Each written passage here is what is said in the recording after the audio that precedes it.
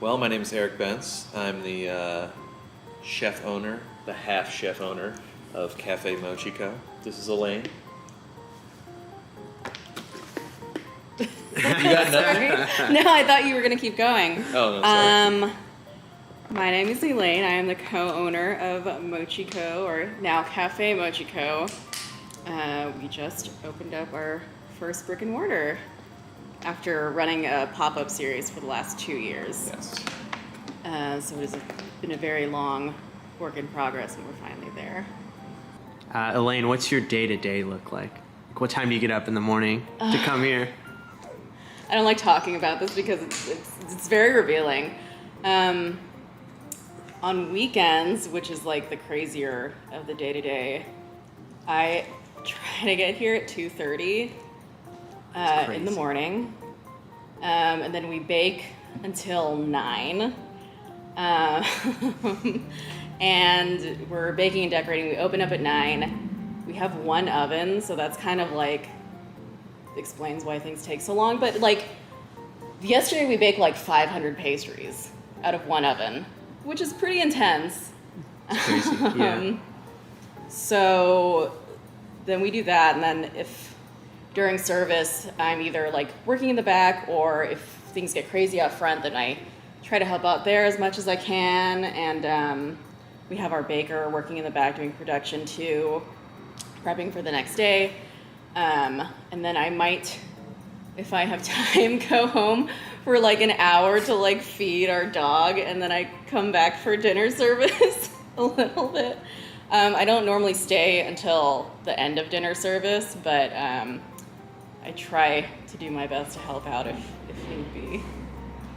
And I like also print out the menus for the day and stuff, and do all the like admin bullshit. And on the Instagram, yeah. Yes, and the social media. I forgot about that. Yeah, which is a huge part of any business now. Yeah. Yes. And Eric, you roll in at 12:30, 1 o'clock. It's gone by 10, pretty much. No, I can never complain because Elaine works so many absurd hours that it's like, all right. I just can't, like, it seems like a lot, but honestly, if I were at home, just like, I would just be waiting there, like, waiting to come back. I just freak out too much about, like, things going wrong. Yeah. And I wouldn't be able to relax anyway, so I just want to make sure that everything's okay. So, I know that sounds kind of crazy, but... That's how it is. But also, we just opened, so, yeah, you know. things will calm down. Yeah, things will settle down. You'll add more staff and stuff. Mm-hmm. What's your favorite bowl of ramen here that you do? My favorite bowl of ramen would be, it'd be a Tokyo-style shoyu with a broth that's chicken and pork blended with fish. And I prefer wontons myself over chashu. I'm more of a dumpling guy. So like an old school wonton men would be my favorite ramen. Can you explain the 15-minute noodle bar concept? The 15-minute noodle bar concept is kind of a crash course in ramen culture in Japan. So what we do is that people, once they receive their bowl, we set a 15-minute timer, and then when the timer goes off, we give them a deli, whatever they have left, they put in there and they have to go, and their seat goes to someone else. And we encourage people to try their best to finish the whole bowl, all the soup, within that amount of time. The whole thing about that is that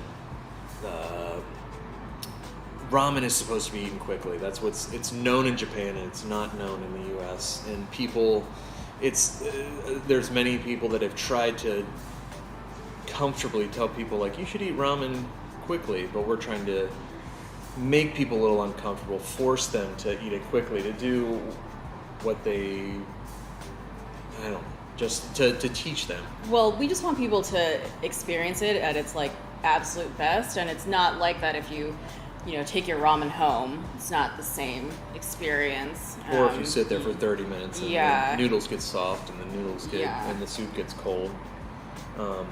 We just want people to respect the food as much as we do. We spend basically the same amount of time making this ramen, making it refined as much as we can, and as chefs do in Japan, and we just want people to kind of appreciate it as much as we do. When we look out in the dining room and there's bowls of noodle that are swollen and the soup's cold and they're just kind of like pushing it around with their spoon, it kind of like breaks our heart, because we've put so much of ourselves into it. And people don't always understand that. The ramen has been somewhat of a learning experience for people. Teaching people the ramen culture and kind of what it's about in Japan. It's not what people expect. It's a different style than what people are used to. Even last night at the ramen bar, I was like, how was everything? And they said, well, I wish it was great, but I wish there would have been more bone flavor, more richness, porkiness. And I had to kind of explain to them that that's not necessarily what we're doing here. This is not the style. This is a more refined, clean flavor that you can enjoy the entire bowl from start to finish and then go on with your day, sort of thing. So it's been an educational experience, and we're not necessarily giving people what they expect, and it takes time for them to learn to love it. But I've always kind of been of the mentality that you have to tell people at first what they like. You don't tell them what they like, but you need to somewhat educate them, because if not, I always say that everybody would be eating, chicken Alfredo instead of cashew pepe if no one ever told them what something better is, and educate them. So yeah, that's been the struggle, but people are receptive to it. Yeah, most people are used to tonkatsu and miso. That's like the joke that we make. Everyone wants spicy miso tonkatsu ramen, which is good, but not what you're going for. Yeah. Yeah. Can you talk about the Cincinnati style ramen? 'Cause that's a really interesting one. The Cincinnati style ramen, it was something that people talked about for a while, and I was against it because I didn't really want to do kind of trendy, what's the word I'm looking for? Viral, gimmicky. Yeah. Gimmicky. We didn't want to do gimmicky ramen, but when I kind of looked into the details of it and how we could do it, and we built it off of a tantan men that basically you're taking out the sesame paste, you're changing the spices to Cincinnati style spices, and then you're adding cheese on top, which is a huge stretch, but it's not that crazy when you look at some of the wackier ramens that are done in Japan. And there's no real rules on ramen in Japan. That's what we get, people that are kind of like, Cincinnati style ramen, that's a blasphemy or whatever. But we hear a lot in interviews of Japanese ramen chefs when they are asked about American ramen. They say, well, we would like to try ramen that is influenced by Americans, not Americans trying to do Japanese ramen.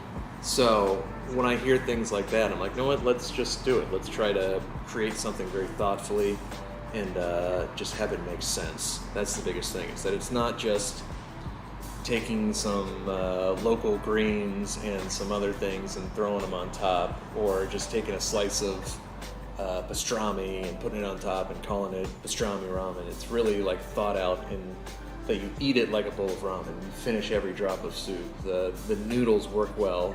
They get coated with cheese, and the spices make sense, sort of thing. So yeah, and I tried it yesterday. It's really good. It's subtle. It's not like you were trying to combine two things together. It's a bowl of ramen. Yeah, which makes a ton of sense. What's it like working together?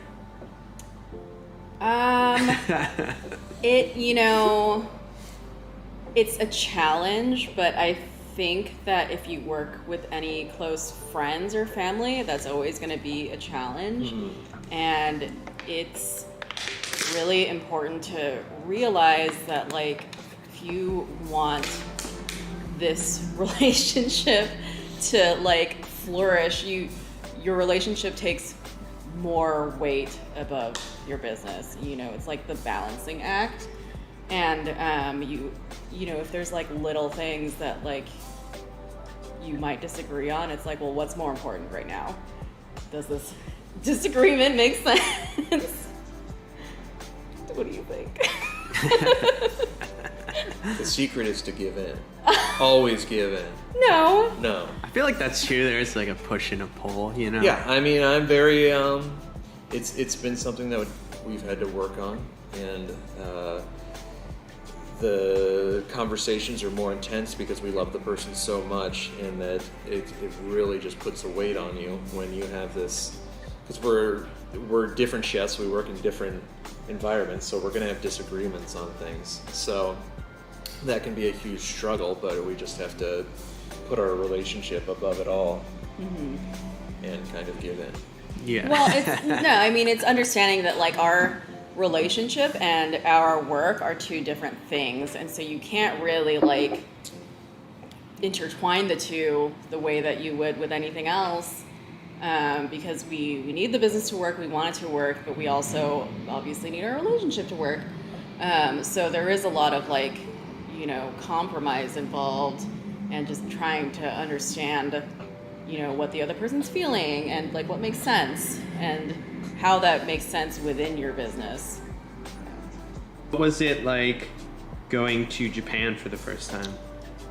Amazing. Yeah. All of our expectations were blown away.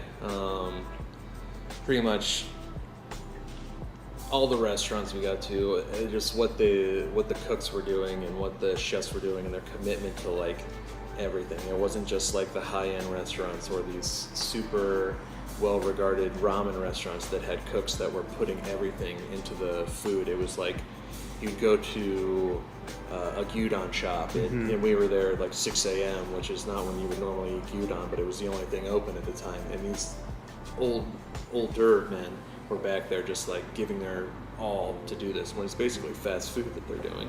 And that was kind of the expectation throughout the entire industry there, and it just kind of blew us away. And the quality was just through the roof. Yeah.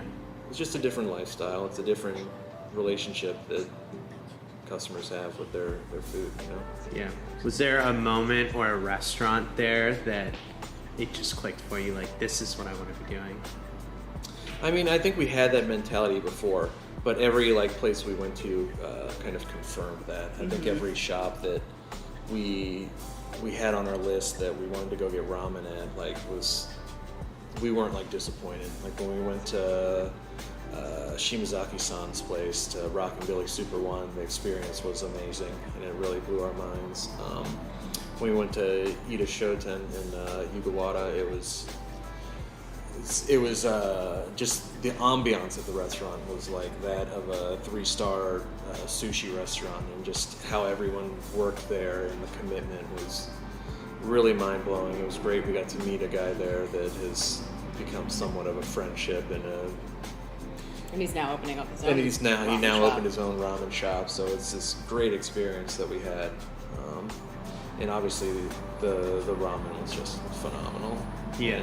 And there was the kombu sui sukemen that just kind of blew my mind at Ida Shoten, that I was just like, whoa, like this is just flavors on a different level, and it's nothing I could have imagined or experienced anywhere else in the world. And it's something that we've tried to bring to Cincinnati, and people have kind of been weirded out by it. Yeah, but they have to get used to it. Yeah, but we do it anyways, because that's what we kind of like to do. Even if things are uncomfortable for people, we like to kind of... It's not really positive as like a restaurateur always to do these things, because it's going to rub people the wrong way sometimes, but we do those sort of things because we think it's better for the industry, for the community. Cincinnati's a place that we really want to open people's minds a bit, take them out of their comfort zones. Yeah. Anything you guys want to say to all your fans and supporters? No. Thank you, guys. Thank you. Thank you. Yeah. No, I mean, it just like opening up your own restaurant is already such a challenge, and It's a nightmare. opening it up during a pandemic when all the restaurants are closed is a huge risk, and we somehow made it happen anyway. And the amount of support that we've received from people here has been just so unexpected and so amazing. And I mean, I can't believe that it happened, but it did. Yeah. The leap from being a head chef at another person's restaurant to owning your own requires tremendous sacrifice. Most people forego their nice salary for a couple years to reinvest until the business becomes profitable enough. Now, everything that happens becomes your responsibility. Not just the food, but the ice cream machine breaking down or the sewage backing up, paying your staff and making sure they enjoy their job, paying rent and handling bad reviews with poise. It takes people who fully realize their dreams, understand all the risks and sacrifices involved, and chase after it anyways. You have to be so crazy it's admirable.